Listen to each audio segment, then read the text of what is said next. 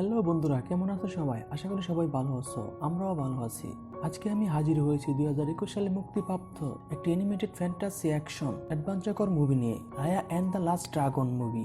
এই মুভি নিয়ে নতুন করে বলার কিছু নেই, শুধুমাত্র এটুকু বলবো, অ্যানিমেটেড মুভি হলেও এর গল্প কিন্তু আপনাদের বেশ ভালো লাগবে। ওকে, তাহলে ইন্ট্রোডাকশন না বাড়িয়ে এখন সোজা চলে যাব মূল ভিডিওর দিকে। শুরুতেই আমরা পরিচিত হই এই মুভির প্রধান চরিত্র রায়ার সঙ্গে। সে তার এক পোষ্য টুকটুকের পিঠে চড়ে একটি পরিত্যক্ত শহরের উপর দিয়ে এগিয়ে চলেছে, যেখানকার সমস্ত মানুষই এখন প্রায় পাথরে রূপান্তরিত। রায়া জানায় এই শহরের অবস্থা আগে একদমই এরকম ছিল না, এর রূপ ছিল সম্পূর্ণ আলাদা। কিন্তু বর্তমানে কেন এই অবস্থা, সেই ঘটনায় রায়া এখন আমাদেরকে বর্ণনা করতে শুরু করে। এখান থেকে আমরা জানতে পারি আজ থেকে 500 বছর আগে কুমুদ্র নামক একটি সমৃদ্ধশালী দেশ ছিল, যেখানে মানবজাতি এবং ড্রাগন একসঙ্গে বন্ধুত্বপূর্ণভাবে বসবাস করত।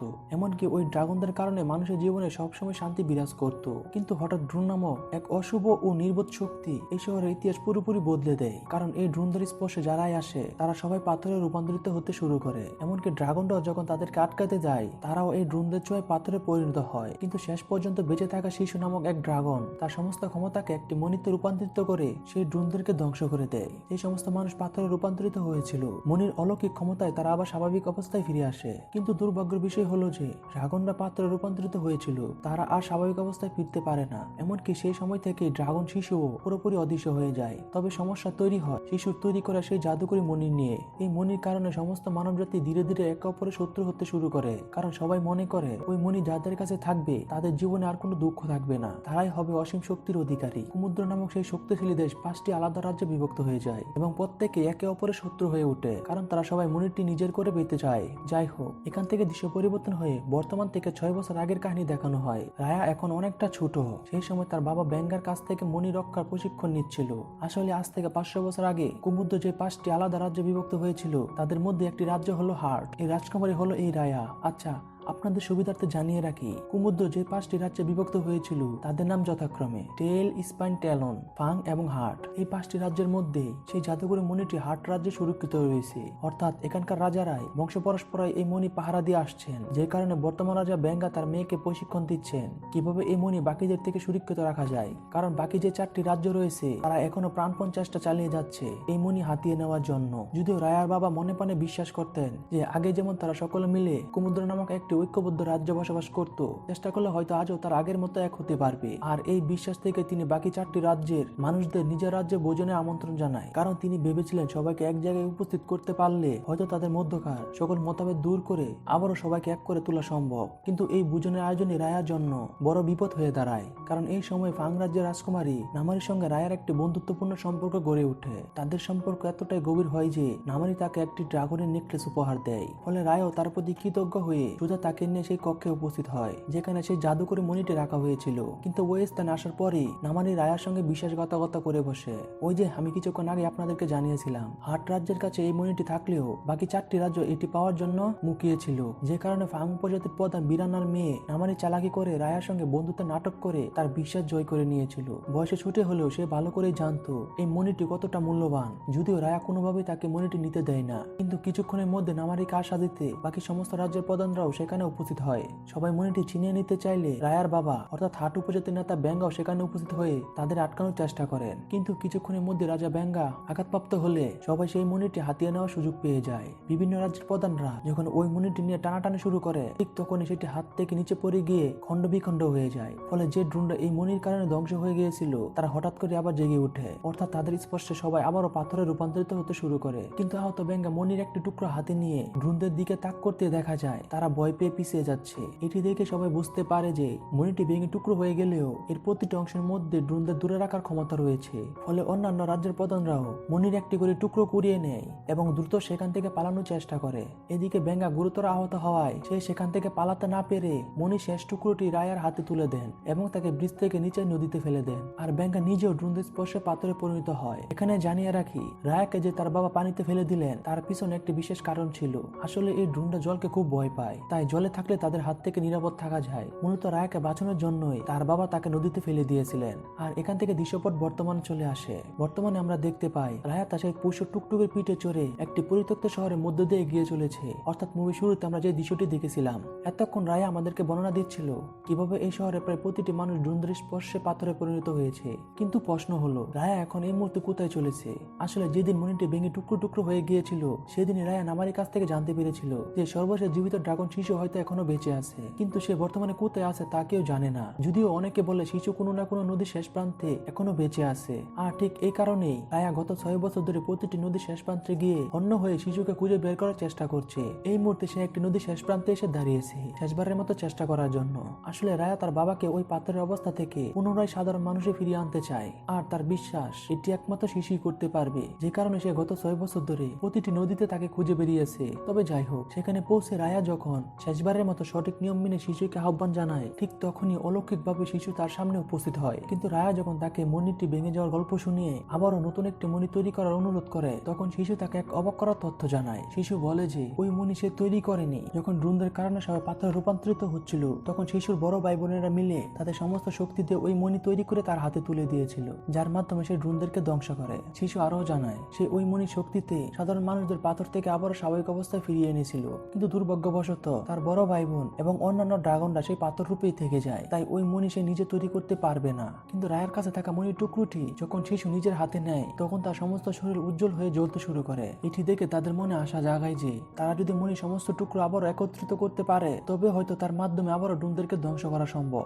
এই চিন্তা নিয়ে তারা বেরিয়ে পড়ে বাকি টুকরোগুলো সংগ্রহের অভিযানে। মণির বাকি খণ্ডগুলো এখন অন্যান্য উপজাতি বা রাজ্যের কাছে রয়েছে, যার একটি রয়েছে টেল রাজ্যের কাছে, আরেকটি আছে টেলন রাজ্যের কাছে, এবং অবশেষে দুইটি রয়েছে স্পাইন এবং ফাং রাজ্যের কাছে। প্রথমে তারা দুজন পৌঁছে যায় টেল উপজাতির রাজ্যে, যেখানে বিভিন্ন বাধা কাটিয়ে তারা যখন একটি মন্দিরে উপস্থিত হয়, তখন দেখতে পায় সেখানকার রাজা বহু বছর আগে মণির টুকরোটি নিজের হাতে নিয়ে মৃত্যুবরণ করেছেন। আর ওই রাজ্যের বাকিরা ড্রোনদের কবলে পড়ে পাথরে রূপান্তরিত হয়েছে। যাই হোক, পরিস্থিতি দেখে রায়া তার উপস্থিত বুদ্ধি কাজে লাগিয়ে সেই কঙ্কালের হাত থেকে মণিটি টুকরো উদ্ধার করে নেয়। কিন্তু যখন এই টুকরোটি শিশু তার নিজের হাতে নেয়, তখন সে ড্রাগন থেকে পুরোপুরি মানব শরীরে রূপান্তরিত হয়, যা দেখে সে রায়াকে জানায় এটি তার দিদির বিশেষ ক্ষমতা।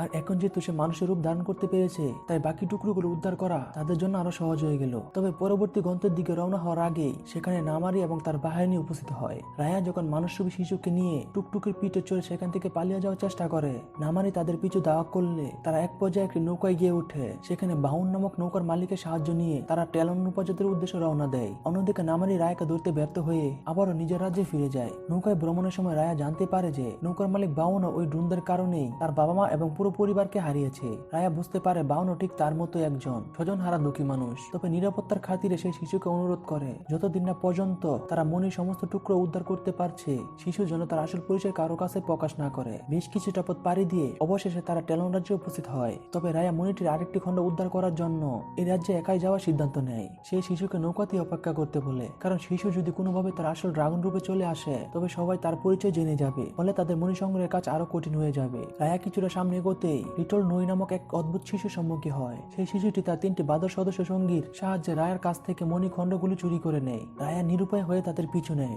এবং শেষমেশ নইকে ধরে ফেলে তার খণ্ডগুলো উদ্ধার করে। কিন্তু যখনই রায়া জানতে পারে যে এই শিশুটির বাবা মাও ড্রোনদের কারণে পাথর হয়ে গেছে, তখন সে তাদেরকে ভালো কাজ করে টাকা উপার্জনের প্রস্তাব দেয়। এরপর নই এবং তার 3 সঙ্গীর জাদুকরী সব কৌশলের সাহায্য নিয়ে পাহারাদারদের চোখ ফাঁকি দিয়ে রায়া খুব সহজে সেই রাজ্যের লিডারের কক্ষে প্রবেশ করে। কিন্তু সেখানে ঢুকে সে জানতে পারে যে তাদের লিডাররা অনেকদিন আগে পাথরে পরিণত হয়েছে। বর্তমানে মনি সেই টুকরোটি একজন মহিলার কাছে রয়েছে, যিনি এখন এই এলাকার নিয়ন্ত্রক। কিন্তু ঠিক এই সময় অন্যদিকে দেখা যায় নৌকায় অপেক্ষাকৃত শিশু এক ভিন্ন পরিকল্পনা করে। সেই ভাবে এই সমস্ত চুরি না করে সে যদি কোনো উপহারের সাহায্যে এখানকার লিডারের সঙ্গে বন্ধুত্ব করতে পারে, তবে হয়তো সে খুব সহজে মনির টুকরোটি উদ্ধার করতে পারবে। এটাই ভেবে সে একটি স্থানীয় বাজারে গিয়ে বেশ কিছু উপহার পছন্দ করে। কিন্তু তার কাছে কোনো টাকা না থাকায় দোকানদাররা যখন তাকে চারদিকে ঘিরে ফেলে, ঠিক তখন এক মহিলা এসে তাকে উদ্ধার করে। এরপর সেই মহিলা তাকে লিডারের কাছে নিয়ে যাওয়ার নাম করে এমন এক বিসর্জন জায়গায় নিয়ে যায় যেখানে ড্রোনদের আধিপত্য অনেক বেশি। আসলে কিছুক্ষণ আগে যখন দোকানদাররা শিশুকে ঘিরে ধরেছিল, তখন সে ভুলবশত তাদেরকে বলে ফেলেছিল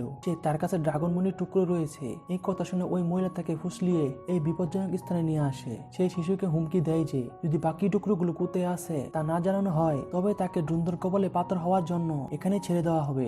তবে ঠিক এই মুহূর্তে রায়া সেখানে উপস্থিত হয় এবং সেই মহিলার হাত থেকে মনির আরেকটি টুকরো উদ্ধার করে শিশুকে বাঁচিয়ে নেয়। এরপর তারা আবার নৌকায় চড়ে স্পেন উপজাতির উদ্দেশ্যে রওনা হয়। এখানে আশ্চর্যের বিষয় হলো নই নামক সেই শিশু এবং তার 3টি বাদর সঙ্গীকে আমরা এই মুহূর্তে নৌকাতে দেখতে পাই। যেহেতু তারা রায়াকে মনির উদ্ধারে সাহায্য করেছিল, তাই রায়াও তাকে বাকি কাজ করার জন্য তাদের সাথে নিয়ে নিছে। স্পাইন রাজ্যের উপকূলে পৌঁছানোর পর শিশু মনির টুকরোটি উদ্ধার করার জন্য একাই সেই উপজাতি লিডারের সঙ্গে কথা বলতে যায়। রায়া তাকে বারবার বারণ করা সত্ত্বেও শিশু তার কথা না শুনে প্রধান গেটের সামনে গিয়ে উপস্থিত হয়, কিন্তু সেখানে পৌঁছানো মাত্রই নিমিষের মধ্যে তাদের দুজনকে বন্দী করা হয়।